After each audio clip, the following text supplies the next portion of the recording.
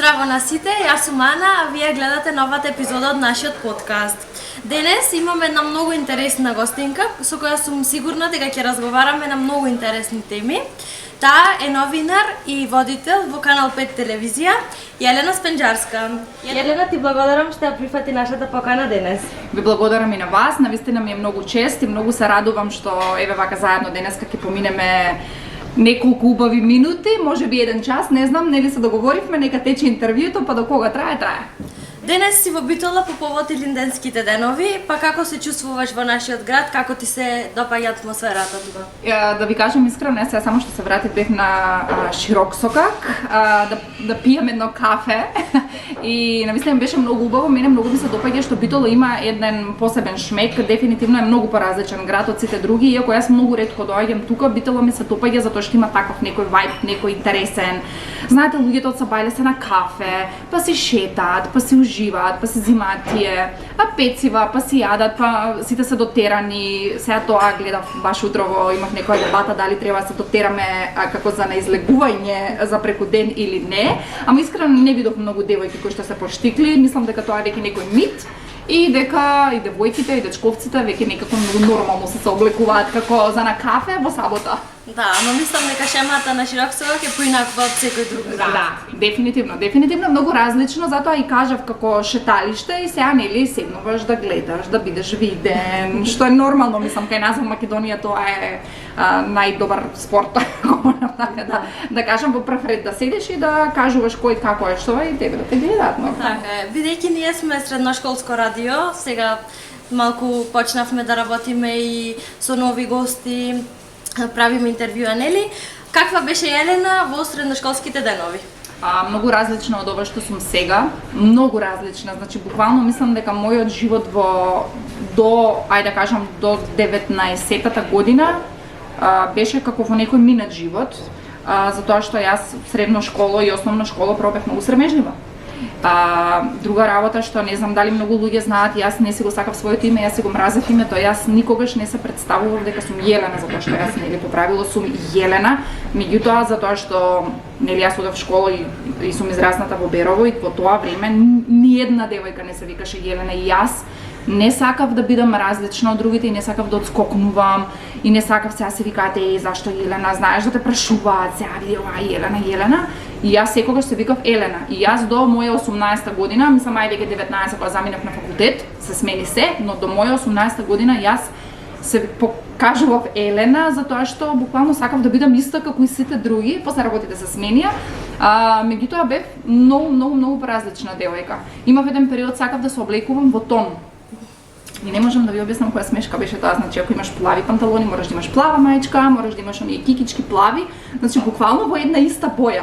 Имав многу периоди како млада кои што ги поминав, но затоа велам, до 19-тата година јас бев една личност која што сега не ја познавам. Да. Тоа мислам дека со годините сепак стануваш и позрел. Да, и се менуваш и искуства многу, после отидов во Скопје. Друга работа е што не ја кажала, може ќе се смеат многу луѓе, меѓутоа тоа е дел од мене и јас тоа го кажувам сега без срам. Например, ние во Берово немаме семафори. Се знае во помали градови каде имаш те семафор. Јас прв пат кога отидов во Скопје и кога требаше да поминам на семафор, сега знаеш ти дека на зелено треба да пројдеш на семафор, фала Богу, меѓутоа ако јас бев единствената на улицава која што требаше да помине семафор, а е зелено, јас не поминував затоа што ми беше страх, некако ми беше чудно и чекав некој друг да дојде па на зелено со мене да помине. Имав едно такви, мислам дека месец дена морав да го надминам тој страв да поминам на зелено на семафор сама. Ја спомнавме и твојата професија како новинар и водител, па од каде желбата токму тоа да го работиш? Тоа беше, мислам дека беше желба и на татко ми и моја, затоа што јас најпрво сакав да бидам принцеза, јас мислев дека тоа има школо, знаеш, кога деца сега, сите сакаме да бидам принцези, кои сега Барби што сакаат да бидат, нели, и јас сериозно мислев дека ти за да бидеш принцеза има школо, има факултет, треба да идеш да се надградуваш, па после ќе ти дадат замок да живееш, па да владееш со замокот, мислам тоа ко мала бев, ама стварно во мојата глава некако израснав со тој концепт дека за да бидеш принцеза е професија, дека не е желба, илузија. После го надминав тоа, сватив дека не можам да бидам принцеза, сакав да бидам професорка по англиски. Таа желба многу ме држеше затоа што јас сум порасната со филмови на англиски, цело време гледав, читав на англиски, израснав со Spice Girls, со Backstreet Boys и од таму на пример денес кога зборам англиски, го користам малце тој American English и луѓето ќе ми кажат ти македонка си? И ја викам, да бе, затоа што го имам американскиот акцент, ама тоа ми е од филмови од серија, таму се појави желбата да бидам професорка по англиски, затоа што автоматски знаев дека ќе ме пратат надвор во Америка и таму ќе живеам и ќе работам и ќе го живеам американскиот сон, значи. И јас кога се запишав на факултет, прво јас се запишав на филолошки факултет, нели да бидам за професорка, меѓутоа мене не ме примија. Потајно, се не знам како да го објаснам тоа, од секогаш имав некое чувство, иако не си верував, ама знаете како викаат треба да веруваш на својата интуиција, знаев дека мене ќе ме знае маса на луѓе така дека јас ќе бидам како позната. Знаеш, од порано кога деца сме си играли, јас сум била водителката, јас сум била шоумен и така си бев многу комотна со луѓе, знаеш, зборлеста, кога дете ти кажува. И татко ми вика, слушај, ти многу збориш, ти треба да бидеш новинар. И он цело време, ајде бе новинар, биди, стани новинар. И ја, да бе новинар, сега професорка по англиски, па новинар. И кога не ме примија на факултетот на филолошкиот, ми вика, слушај, дај бе да ги даваме документите направен, биди си новинар. И тогаш ми беше тоа како втора опција, не бев нешто вдушевена, но меѓутоа не бев па ни нешто друго. Викам, добро, ги дадовме документите на филолошки, ме примија, новинарство се заврши година, 2-3, ти да видиш некако едно по друго. И јас викам, чекај бе малце, јас стварно може ќе станам новинар и после факултет одма се вработив. И еве ме денеска сум тука и да ви кажам искрено, татко ми беше во право, не дека нели како што кажав, јас не сакав, меѓутоа тоа беше малце повеќе негова желба во која што јас денес уживам. Гледајќи од аспект дека во емисија се јавуваат секакви луѓе и имаме нели и емисии во живо, дали е тешко да се справиш со сето она што ќе го кажат, да го исконтролираш? Како не, порано ми беше многу потешко, јас имам многу лапсуси правено на телевизија и грешки, мислам како и секој нормален човек, како велат, работата со луѓе е најтешка. Посебно, значи кај нас во малата држава, видете сега, ние кои работиме со луѓе, посебно нели во вакви контактни емисии, каде што се јавува некоја одредена група на луѓе, и нели сега ти мораш да бидеш фин, тоа ти е работа, да бидеш професионален, да знаеш како да се справиш апсолутно со се и добро и со лошо, затоа што луѓето кај нас веќе, јас лично од моја перспектива имам чувство дека стануваат се понегативни и понегативно настроени апсолутно спрема се. Значи некој ќе се јави во 7:15 рано наутро и он е спремен да се кара. Значи и на нас лошата работа е што на нас тоа не станува веќе нормално. Значи јас веќе знам дека од 7 до 7:30 или до 8 до колку ќе имам од 15 души, ќе имам 5 што се спремни да се скараат.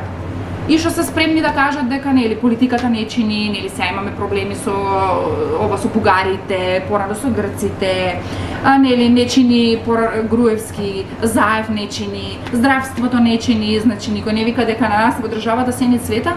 Меѓутоа ти рано наутро во 7 часот да станеш и да се јавиш на национална телевизија и да се караш и со водителката да се караш. Зашто си сега облечена како за на плажа?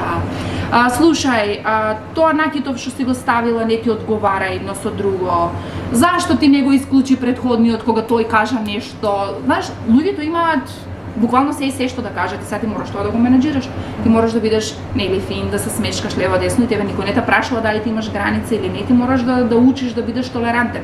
И со времето го учиш тоа. Како што кажав, порано сум правила нели грешки и лапсуси и на тоа се лекции и стануваш се по-професионален.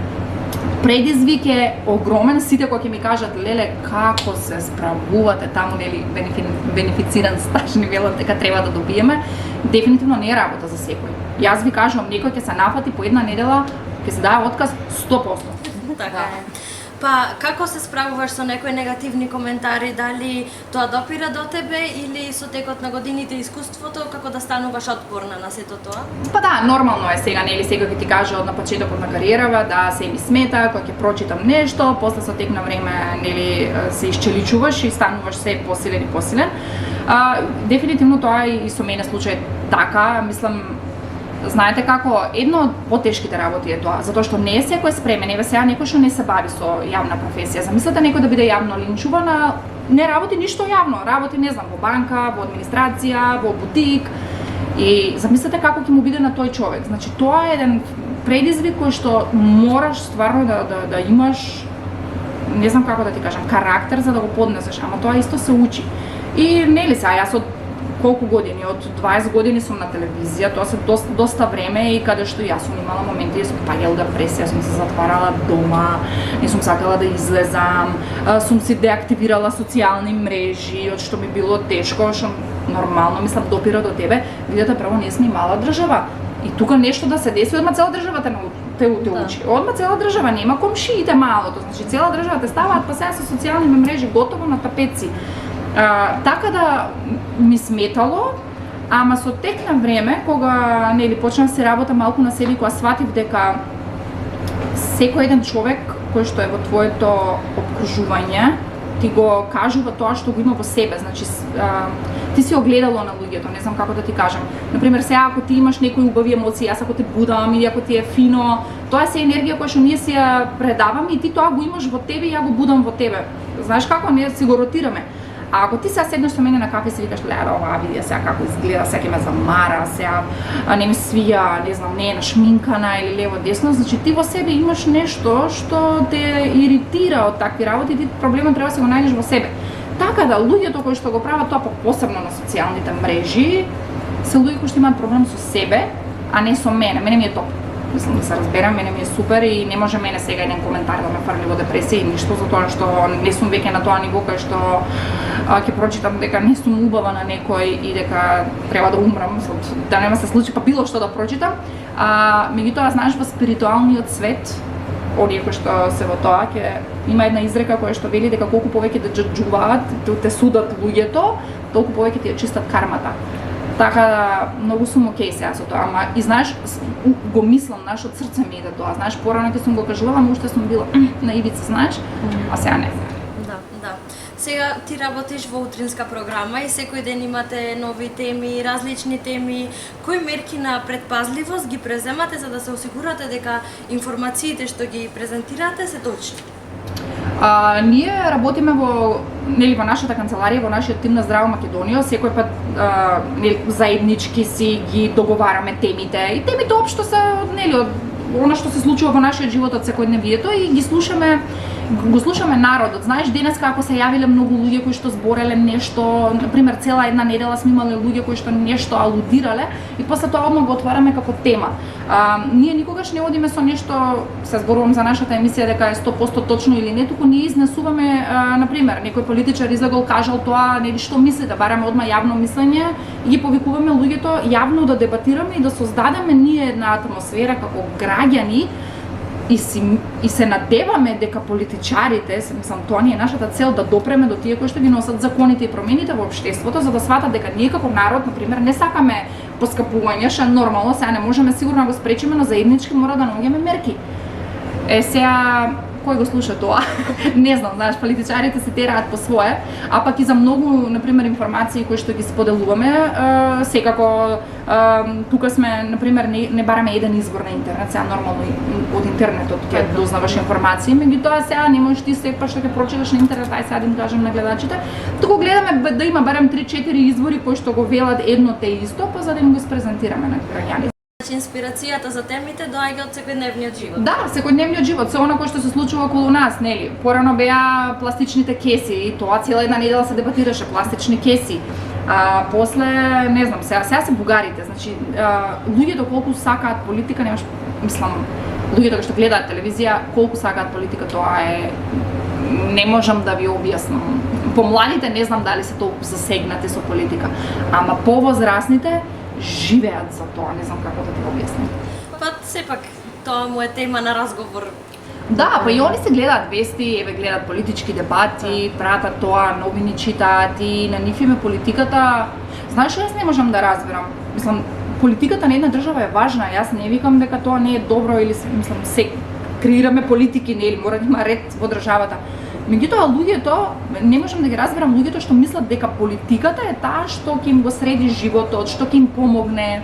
Знаеш, нема работа затоа што не сум во партија. И сега кој објаснување ти е тебе? Еве ја не сум во партија, имам 6 работи, мислам, како не ова фалба, ова е реално, мислам, мојот круг на луѓе, сите што работиме, никој не е преку партија. Тоа само сакам како пример да го дадам како изговор за колку луѓето се конектирани со владата, со политиката, со политичарите, премногу со не можам да го разберам тоа. Сега ќе те прашам нешто поинаку малку, но сепак поврзано со темата. Дали имаш некој идол, новинар или не знам, позната личност од која ти лично се инспирираш? Јас имам неколку, види во Македонија не можам да генерализирам една личност, сакам да кажам еве кои генерално личности како карактери што не мора да бидат во оваа професија ме инспирираат. Мене ме инспирираат луѓе кои што не се срамат да направат грешка. Знаеш, сега застануваш на телевизија, збориш грешка, продолжуваш понатака. Нели, по ништо да не било. Или сега си правиме муабет, нешто си викаш, леле, како ќе треснам зелена, ама се продолжуваш напред. Знаеш, што самодоверба. Значи, луѓе кои што не се плашат да паднат доле или леле, ќе се усрамам, леле, сега што ќе кажат за мене. Знаеш, луѓе кои што се оперирани од тоа. Сега кој овој што ќе каже, леле, зашо го кажав тоа, леле, зашо го направив тоа, знаеш. Јас се инспирирам од такви луѓе. Такви луѓе има насекаде во секоја бранша. Немам, например, сега некој новинар од Македонија или од јавниот свет, ама вака генерално во светот такви луѓе и следам на социјалните мрежи. Знаеш, луѓе од кои што ќе научиш, луѓе кои што преку свој пример ќе ти кажат, слушај, и јас бев доле, дното го допрев, да ти кажам една добра вест која си доле, не можеш подоле. Од доле немаш подоле, тука си, сега можеш само да одиш нагоре. И луѓе кои што баш така си го живеат животот без оние граници кои што ние секојдневно си ги поставуваме. Еве сега вас пратат млади генерации. Многу ми е важно тоа да, пошто живееме во Македонија, верувајте ми, тука како што живееме, ние тоа во светот го нема нигде. И сега немојте да мислите дека да, ние тука живееме и дека тоа е животот. Ние сме лимитирани, ние сме ограничени, ние сме не, значи како да ви кажам, не смеете да мислите дека вие треба да живеете за другите. Тоа ми е поентата. Мислам, ние се живееме самите за себе и кога ќе ги тргнеме тие граници дека нели овој што ќе каже, овој како ќе каже, леле на родителите дали ќе им се допадне тоа, на дечко ми дали ќе му се допадне тоа, на леле комшииве што ќе кажат ме виделе, не знам што, значи тоа се глупости кои што треба да ги поминете што побрзо ако сакате да се го живеете животот. Такви личности ме инспирираат. Немам сега име презиме вака да ви кажам, меѓутоа тоа може да бидеш и ти, може да биде и келнерот што работи тука. Едноставно тоа е тоа што сакам да го има околу мене. А како се справуваш со јавниот живот? Дали понекогаш ти смета тоа што те знаат повеќе луѓе? Да ти кажам искрено и да и не. Не знам, затоа што јас сум поминала и многу добри, но и многу лоши работи, да речеме, во професијава и некогаш, например, кога ќе се шетам и го правам, знаеш, имам чувство, сега може ќе се смеете, кога носам ночари дека никој нема да ме познае. Глупо, тотално знам. Или вака ќе направам и сега што ја не сум таа, као немам познае.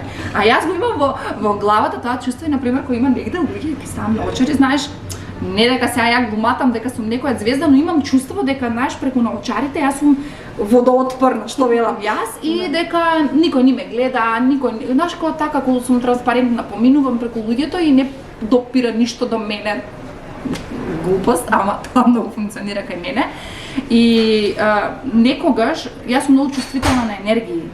И не можам да си го објаснам тоа, меѓутоа мене некој ме погледне, например сега да сме 10 души или да сме 100 души, некој ме погледне лошо, јас ќе го фатам тој поглед од тој некој лошо и одма го читам тоа. И тоа многу ме депримира затоа што луѓето се научени кај нас многу да се донесат они суд за се да виделе 3 пати на телевизија, ова, се знаеме кај била, што била, негде се пратат социјални мрежи, они се формираат слика за тебе, они не седнале со тебе кафе се напијат, они веќе знаат се за тебе. И едноставно тоа ми понекогаш ме иритира сега, знаеш. Порано повеќе ме иритирало, сега не толку.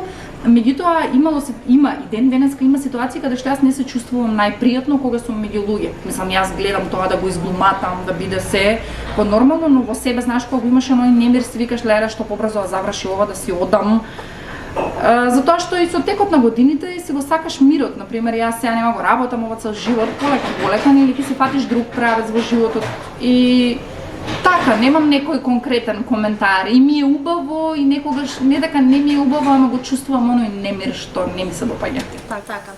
Моментално живееш во Солун, па како ти се допаѓа таму, дали е многу поразлично од кај нас и дали би останала за секогаш? Да, дефинитивно да. Мислам не дека сега јас не го сакам Скопје. Јас само што купив стан во Скопје и се случи тоа. Нема правила, цел живот сум сакала стан во Скопје, само што го купив. Ајде, куферите, знаеш, интересно тоа. Меѓутоа Солун е многу поразличен од Скопје, од цела Македонија. Мислам скоро е милиони нешто, колку и цела Македонија се, не е толку, ама натака иде и се шири тој град.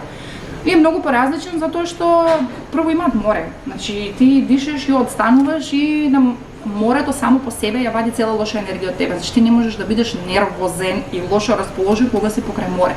Има такво некое правило, дали е правило, не знам, кога водата те чисти. Ти кој идеш на море 2 недели, 3 недели, кај идеш, како ти е? Сакаш да вратиш дома? Не, бе, сакаш да древеш одека на плажа и да гледаш во бескрајов до, не, 2 недели, 2 недели.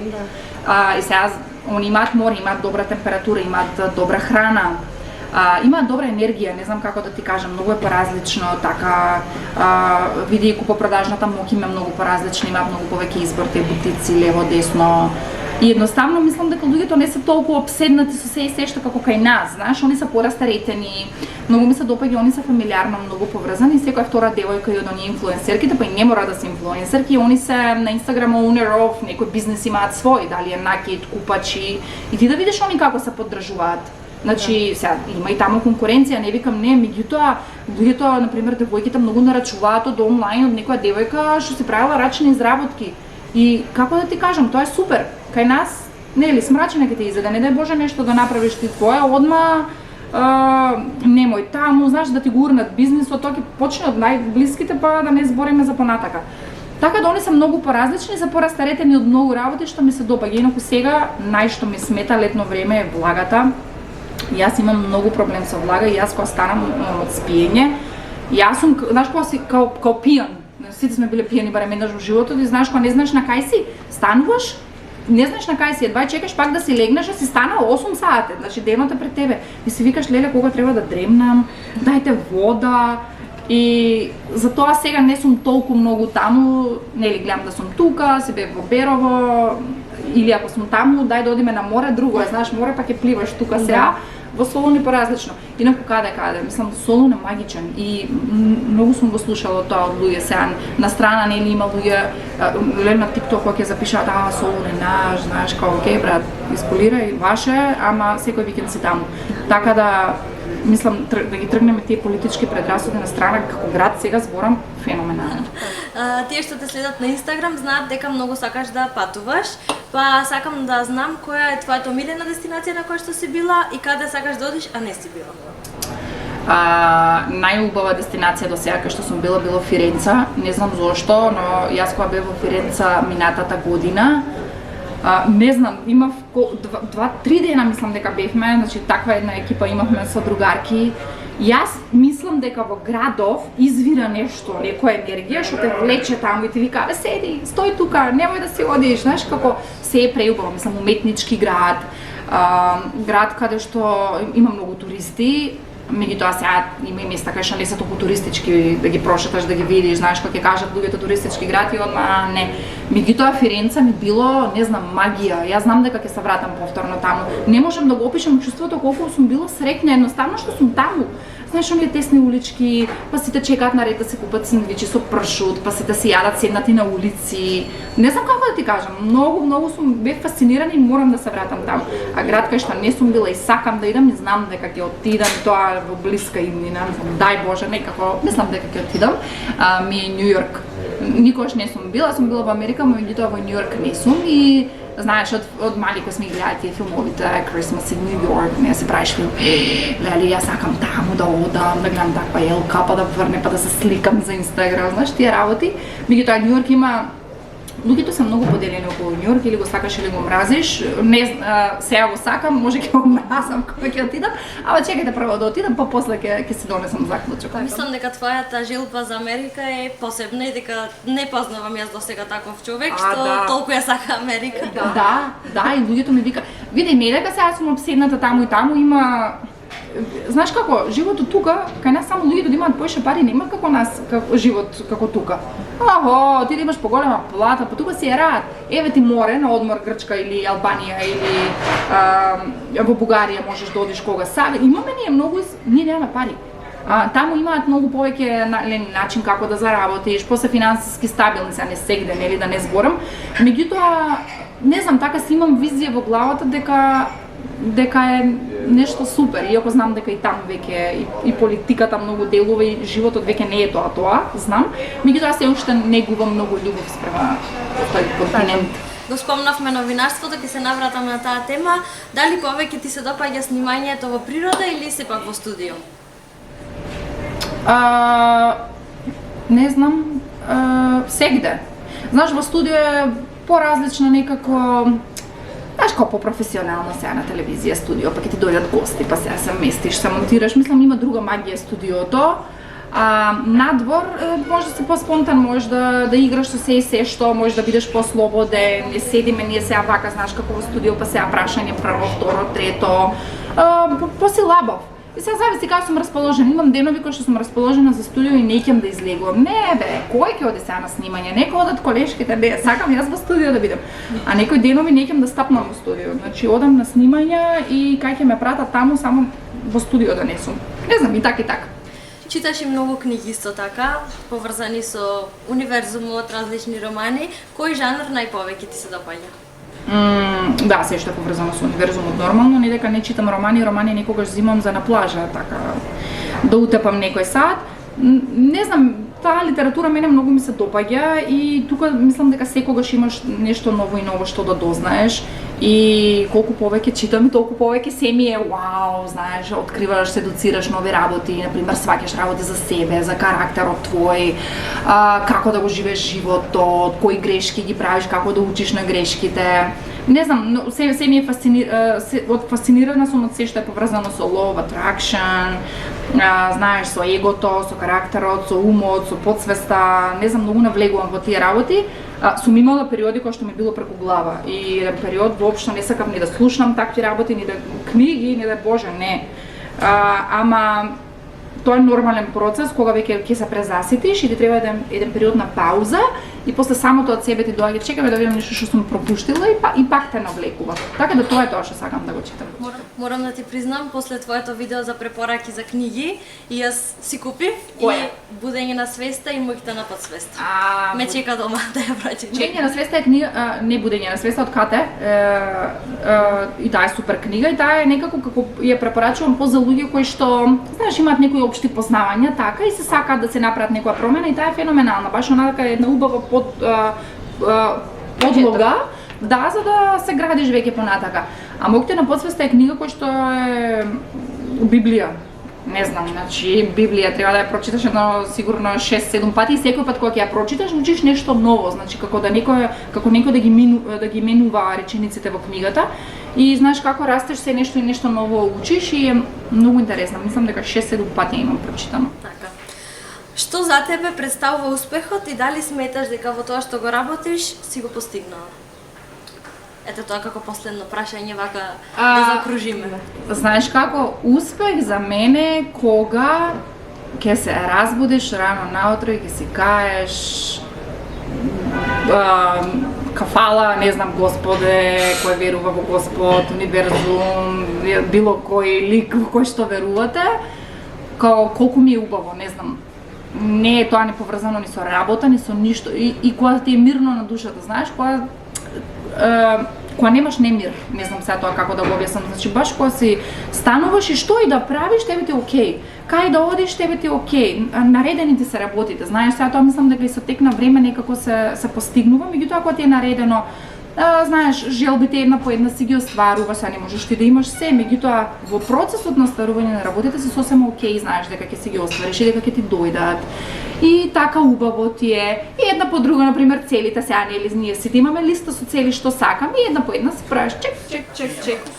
И некако целиот процес на живеачката кога ти е со лесно, како викаме, мислам дека тоа е успех, така кога си задоволен, кога си кога се среќен, кога се исполнет, што не значи дека не се дешаваат лоши работи, нема ние несреќи и не знам што, меѓутоа што и да е, знаеш како дошло, така прошло, знаеш кога не се приврзуваш толку многу за работите. Мислам дека тоа е успех и јас, затоа што се чувствувам така и се што правам стварно ми е убаво. Јас се чувствувам успешна во моето живење, јас не се чувствувам успешна на работа, на Инстаграм, во пријателството, туку животот некако ми е убав. И мислам дека кога ќе го кажеш тоа, а немаш се, нели? Мислам дека тоа е најголемиот успех.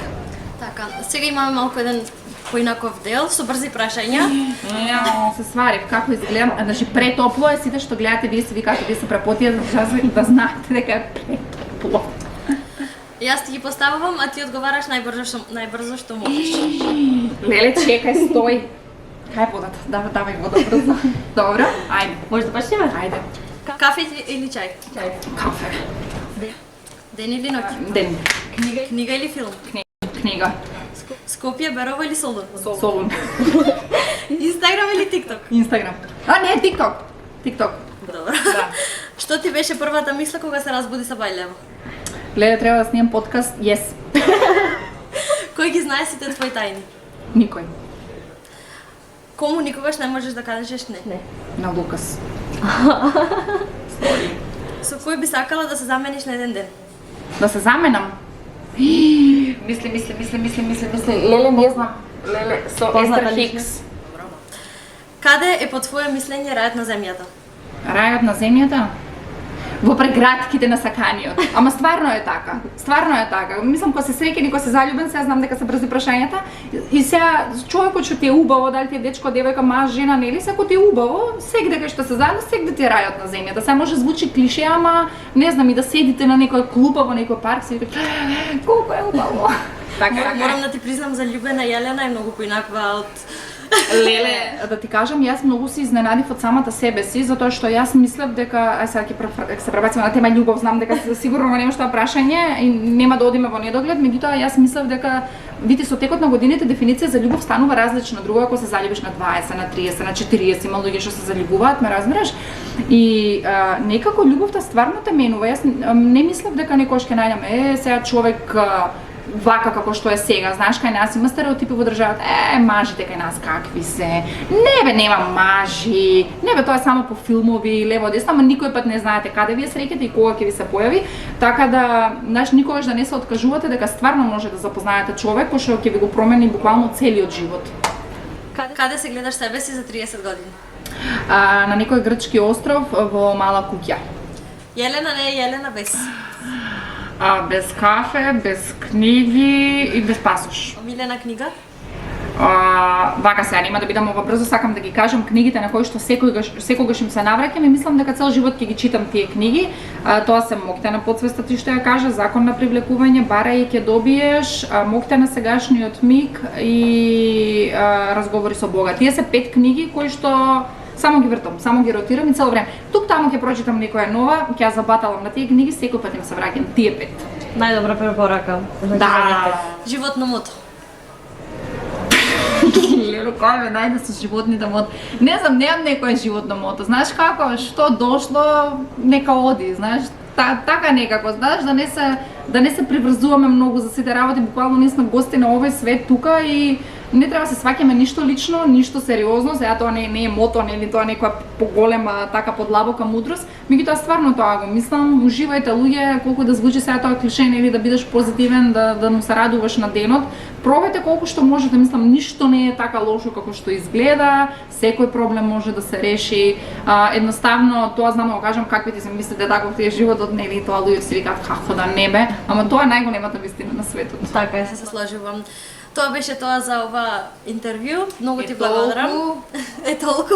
Многу да знаете дека интервјуто е направено на 573 степени, е навистина многу топло и јас не сум на шминка и се препотувам, така да се надевам дека све ќе биде ова окей. Се разбира. Уште еднаш ти благодарам што одвои време за нас денес и се надевам дека повторно ќе се видиме. Така наредно во Скопје ве канам да ме бидете гости во емисија. Договорено. Драги гледачи, ви благодариме што ја гледавте нашата денешна епизода. Се гледаме повторно следна прилика. Чао.